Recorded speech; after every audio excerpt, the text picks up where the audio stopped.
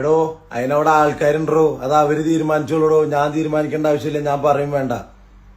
മുസ്ലിം സ്ത്രീകൾ പള്ളിയിൽ കയറിയിട്ട് നിസ്കരിക്കണ, അത് മദർസയിൽ കയറിയിട്ട് മോഹനെ എവിടെ ഈസാനെ എവിടെയും ക്ലാസ് എടുക്കണം എന്നുള്ള അവര് തീരുമാനിച്ചോളൂ. നിങ്ങൾ അവരെന്നെ ഇതാക്കാൻ പോണ്ട. നിങ്ങൾക്ക് അത്ര മുട്ടുണ്ടെങ്കിൽ നിങ്ങളുടെ അടുത്തുള്ള പള്ളിക്കാണ് ചെല്ലി, ബാക്കി അവര് പറഞ്ഞു നിങ്ങൾക്ക് എന്താന്നുള്ളത്. നമ്മളൊക്കെ പിന്നെ എല്ലാം തേഞ്ഞിട്ടിരിക്കണവരാണല്ലോ അല്ലെ. ജാതിയുടെ പേരില്, സ്വന്തം മതത്തിലുള്ള ആൾക്കാരുടെ ജാതിയുടെ പേരില്, ജാതി പേരുടെ പേരില് തല്ലി കൊന്നിട്ട് കുഴിച്ചു മൂടിയിട്ടുള്ള നാട്ടിലിരുന്നിട്ട് ഞങ്ങൾ ഈ ചിലക്കിന്. ഈ പറഞ്ഞതിൽ എനിക്കൊരു അത്ഭുതമൊന്നും തോന്നിയിട്ടില്ല. കാരണം ഇന്ത്യയിലുള്ള ബഹുഭൂരിപക്ഷം വരുന്ന ഹൈന്ദവ സഹോദരങ്ങളും ഇങ്ങനെയൊക്കെ വിശാലമായി ചിന്തിക്കുകയും പറയുകയും ചെയ്യുന്നവരാണ്. കാര്യങ്ങളെ നല്ല നിലക്ക് ഗ്രഹിക്കാൻ കഴിവുള്ള വിശാലതയോടുകൂടി കാണുന്ന ആളുകളാണ്.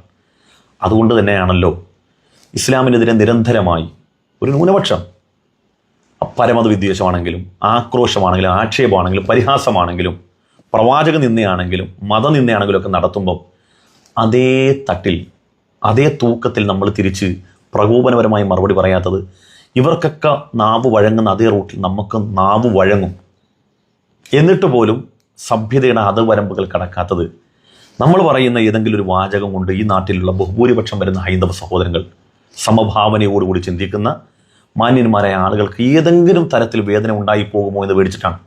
തിരുനബി സല്ലല്ലാഹു അലൈഹി വസല്ലം തങ്ങളെയൊക്കെ എന്തെല്ലാം ആക്ഷേപങ്ങൾ, എന്തെല്ലാം പരിഹാസങ്ങൾ, മുസ്ലിമീങ്ങൾക്കെതിരെ എന്തെല്ലാം സന്താനങ്ങൾ വർദ്ധിച്ചു പോകുന്നു എന്നതിൻ്റെ പേരിൽ പോലും എന്തെല്ലാം വൃത്തികെട്ട ആക്ഷേപങ്ങൾ ആരോപണം കമൻറ്റ് ബോക്സിൽ എഴുതി നടക്കുമ്പോൾ നമ്മൾ അതിന് അതേ തുലനത്തിൽ മറുപടി പറയാത്തത് നമുക്ക് കഴിവില്ലാത്തതുകൊണ്ടാണ്. അല്ല, ഇങ്ങനെയൊക്കെ ചിന്തിക്കുന്ന വിശാല ഹൃദയമുള്ള ഹൈന്ദവ സഹോദരങ്ങളാണ് ഈ നാട്ടിലെ ബഹുഭൂരിപക്ഷം മനുഷ്യർ എന്നുള്ളത് കൊണ്ടാണ്.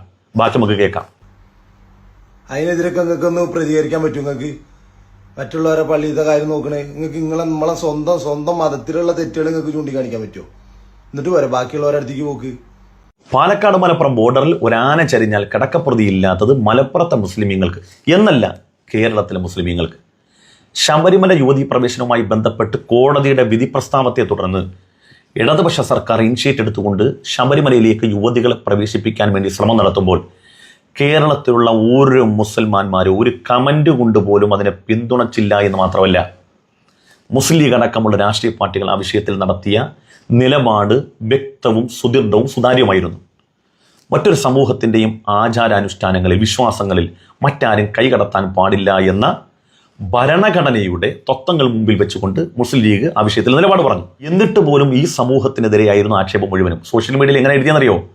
ധൈര്യമുണ്ടോ ഇടതുപക്ഷ കമ്മി സർക്കാരെ, ജിഹാദി സർക്കാരെ, നിങ്ങൾക്ക് യുവതികളെ അല്ലെങ്കിൽ സ്ത്രീകളെ, മുസ്ലിം സ്ത്രീകളെ മുസ്ലിം പള്ളികളിൽ പ്രവേശിപ്പിക്കാൻ? മുസ്ലിം സ്ത്രീകൾ പള്ളിയിൽ കയറിയാൽ നിങ്ങളുടെ പ്രശ്നം അവസാനിക്കുമോ?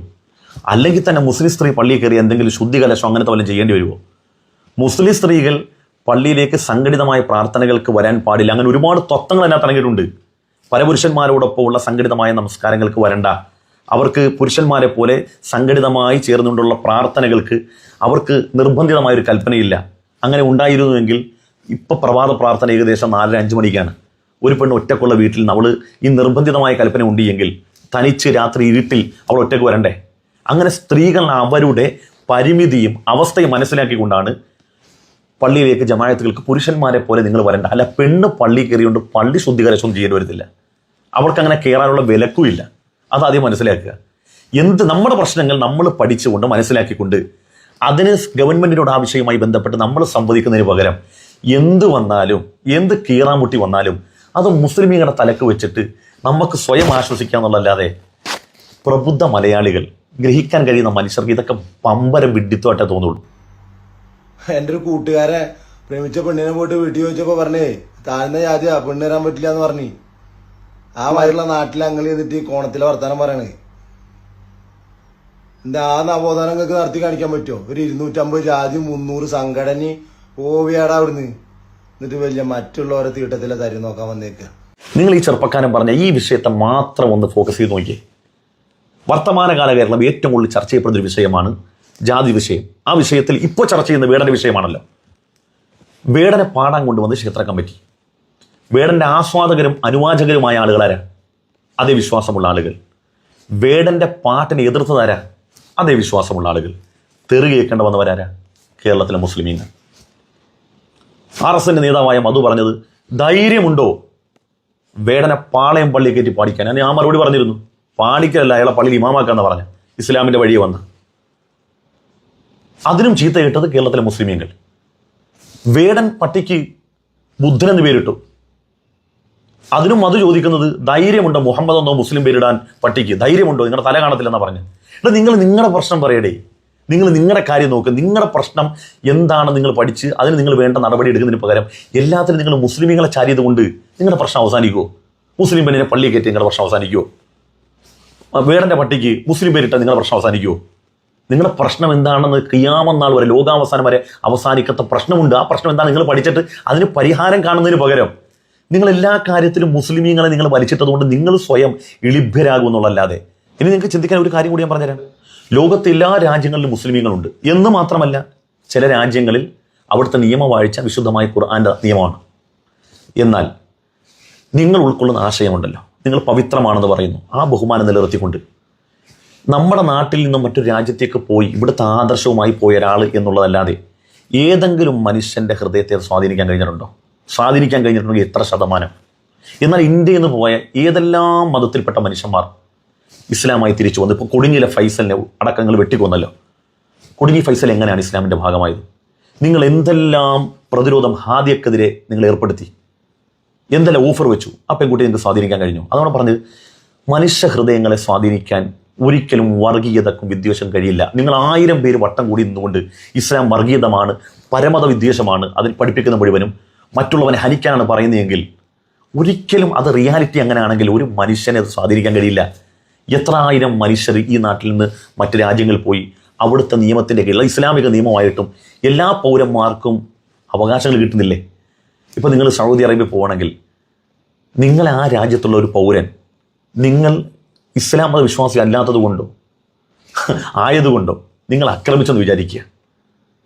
ആ പൗരന് നിങ്ങളൊരു അവിശ്വാസി ആയതുകൊണ്ട് ആക്രമിച്ചതിൻ്റെ പേരിൽ അവനെ വെറുതെ വിടുമോ അവിടുത്തെ നിയമം? ഇല്ല, ശിക്ഷിക്കും. ശിക്ഷിക്കും. അങ്ങനെയാണ് നിയമം. നിങ്ങൾ ഗൾഫിലുള്ളവരോട് ചോദിച്ചു നോക്ക്, എല്ലാവർക്കും തുല്യമായി നീതി കിട്ടും. അപ്പോൾ നിങ്ങൾ മനസ്സിലാക്കേണ്ട ഒരു കാര്യം, മനുഷ്യനെ സ്വാധീനിക്കാൻ കഴിയുന്ന പ്രത്യയശാസ്ത്രങ്ങൾക്ക് ലോകത്ത് വളർച്ചയുണ്ടാവുകയുള്ളൂ. അതിന് ആ ആശയം കൊണ്ട് നടക്കുന്ന അതിൻ്റെ പ്രചാരകരായ ആളുകൾ ആ ആശയത്തെ സ്വാംശീകരിക്കുകയും ധാർമ്മിക ബോധത്തോട്, നീതിബോധത്തോട് ജീവിക്കാൻ കഴിയണം. അല്ലാതെ ശുദ്ധ തെമ്മാടിത്തരം പറഞ്ഞ് മറ്റുള്ളവനെ ആക്ഷേപിച്ചിട്ട് ജീവിതകാലം മുഴുവനും തോന്നിയാസം പറഞ്ഞു നടന്നുകൊണ്ട് ഒരു മനുഷ്യൻ ഇതൊന്നും ഉൾക്കൊള്ളത്തില്ല. എന്ന് മാത്രമല്ല, സ്വന്തം ആ ആശയത്തിൽ ജനിച്ചവർ പോലും വെറുത്തു പോകും. അതിൻ്റെ ഏറ്റവും വലിയ ഉദാഹരണമാണ് ഈ കണ്ടത്. തമ്പ്രാക്കന്മാര് പോടാ അവിടുന്ന്. എന്നിട്ട് നമ്മളോട് വന്നിട്ട് പള്ളിയില് എന്താ എൻ്റെ മുട്ട പൊന്തില്ല, പള്ളിയിൽ പോയിട്ട് ചോദിക്കാന് അണി ചെല്ലുചി അണി കയറി കൊടുക്ക് പോയിട്ട്. പണ്ട് കാരണവന്മാര് പറഞ്ഞിട്ടുണ്ടേ, കുളിയും നാനില്ലെങ്കിലും കെടുക്കട്ടെ പെരപ്പുറത്ത് ഒരു കോണകം തന്നിട്ടുണ്ട്, അതേപോലത്തെ ആൾക്കാരാണ് ഇതൊക്കെ. പോയി വല്ല പൂച്ചയ്ക്കും പുല്ല് പറിച്ചു കൊടുത്താണ്ടാ അവങ്ങളെ പരിപാടി. അത്രയുള്ള ചെറുപ്പക്കാരൻ പറഞ്ഞ അവനവൻ്റെ കാര്യം നോക്കുക. മനസ്സിലായില്ലേ? ഒന്നുമില്ലെങ്കിലും അത് പെരപ്പുറത്താന്ന് പറഞ്ഞില്ലേ, അതാണ്. അപ്പോൾ അതുകൊണ്ട് ഈ ധാർഷ്ട്യവും ഈ വർഗീയതയും വിദ്വേഷമൊക്കെ മാറ്റിവെച്ചുകൊണ്ട് അവനവൻ എന്താണ് ഉൾക്കൊള്ളുന്നത്, അതിൻ്റെ മഹിതമായ ആദർശം സ്വന്തം പ്രവൃത്തി പദത്തിൽ കൊണ്ടുവന്ന് എല്ലാവർക്കും സന്തോഷത്തോടെ സമാധാനത്തോടെ ജീവിക്കാനുള്ള അവസരം ഉണ്ടാക്കുക. കാലാകാലം വല്ലവനെയൊക്കെ ചീത്ത പറഞ്ഞു അവഹേളിച്ചും വിദ്വേഷം പറഞ്ഞുമൊക്കെ കാലം കഴിക്കല്ലേ.